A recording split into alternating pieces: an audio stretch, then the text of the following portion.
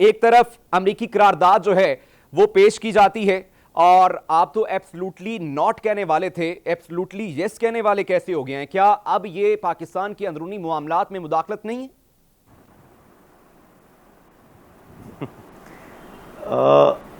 देखें, वहाँ के कांग्रेसमैन ने एक रेजोल्यूशन पास की जिसमें बताया कि यहाँ जो इलेक्शंस हुए इस पर उनके तहफ़्फ़ुज़ात हैं, इलेक्शन फ्री एंड फेयर नहीं थे।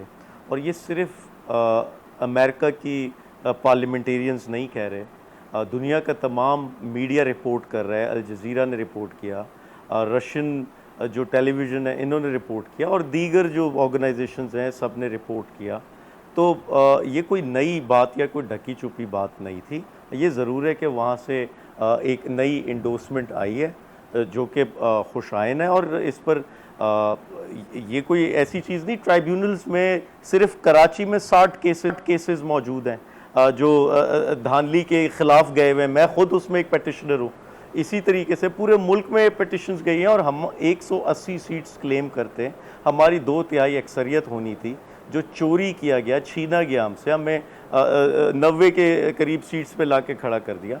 तो अगर इस पे दुनिया में बात हो रही है तो क्यों तकलीफ़ हो रही है इनको? इलेक्शन कमीशन फैक्ट्स की बुनियाद पे तहफ़्फ़ुज़ात दूर करें इन लोगों के।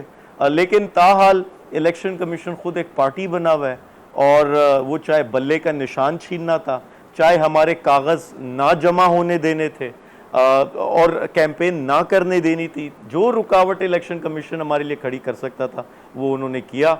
लेकिन अल्लाह अल हक है, उसके बावजूद भी हम मौजूद हैं, खड़े हैं, और हमारी तहरीक कायम है।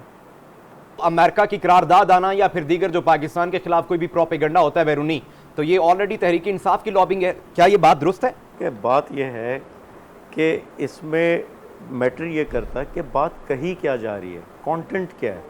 ये सबसे अहम चीज़ है। क्या वो पाकिस्तान में ड्रोन हमलों की करारदाद मंजूर हुई है? क्या वो पाकिस्तान में अड्डे बनाने जा रहे हैं? क्या वो पाकिस्तान को तीसरे मुल्क के खिलाफ इस्तेमाल करने जा रहे हैं, जैसे ये माजी में हुआ, इन्हीं की हुकूमतों में हुआ? तो क्या ये पाकिस्तान को किसी और प्रॉक्सी वॉर में धकेल रहे हैं, या पाकिस्तान को कोई मजीद डॉलर्स दे रहे हैं, कोई भिखारी बना रहे हैं? ये कुछ नहीं है ऐसा। वो कह रहे हैं कि एक इलेक्शन हुआ है, उस पर उनके तहफ़्फ़ुज़ात है, तो इलेक्शन कमीशन का काम है, और चीज़ें सारी इस वक्त अदालतों में मौजूद है। ट्राइब्यूनल्स, ये क्यों ऑर्डिनेंस लाए ट्राइब्यूनल्स में रुकावटें पैदा करने के लिए? अच्छा, पार्लियामेंट मौजूद है, पार्लियामेंट से कोई फैसला साजी नहीं करनी, कानून साजी नहीं करनी, ऑर्डिनेंस के जरिए कानून साजी करनी, क्योंकि चोर रास्ते अपनाने और रिटायर्ड जजेस के जरिए ये ट्राइब्यूनल्स का इंसाफ का मामला रोकना है। तो अगर कोई भी मुल्क की असेंबली आपके किसी प्रोसेस पर, जो एक जमहूरी प्रोसेस है, और उस पर अगर वो सवाल उठाता, तहफ़्फ़ुज़ात उठाता, तो ज़रूरी है कि इदारे उसको दूर करें। ये मीडिया का मकसद क्या है? आप दुनिया में चीज़ों को उजागर करते ना। ये जो इंटरनेशनल चैनल्स बने हुए, इंटरनेशनल प्लेटफॉर्म्स बने हुए, ये UN बना हुआ, ये ग्लोबल इश्यूज़ के लिए बना हुआ है ना।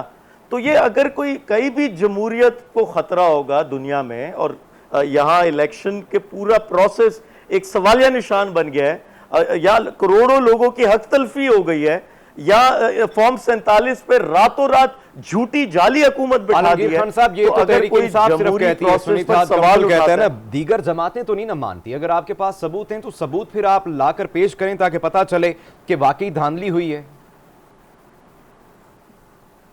पहले तो सबूत, मैं खुद बैठा हूं, 1 लाख वोट मेरा खा के 1000 बना दिया रातों रात। लेकिन वो ट्राइब्यूनल में केस चल रहा है, और मैं आपको यकीन से कह रहा हूं, मैं इनकी छुट्टी हो जाएगी चंद दिनों में। लेकिन ये लोग जब ऑर्डिनेंस की शक्ल में चोर रास्ते अपनाते, ट्राइब्यूनल्स को चलने नहीं देते, जजेस की तैनाती तब्दीलियां करते, तो क्या इंसाफ मिलेगा?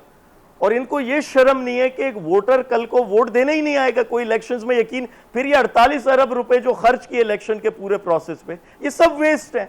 ये नौजवान जो सियासत में आता है कि मैं कानून साजी करने जाऊंगा, असेंबली का हिस्सा बनूंगा, पॉलिसी मेकिंग में जाऊं, ये सब फजूल। आप बता दें कि चंद लोग बंद कमरे में आपका फैसला करते हैं, ये इलेक्शन प्रोसेस ढकोसला है, तो फिर ठीक है, हम ऐसे ही चलेंगे फिर।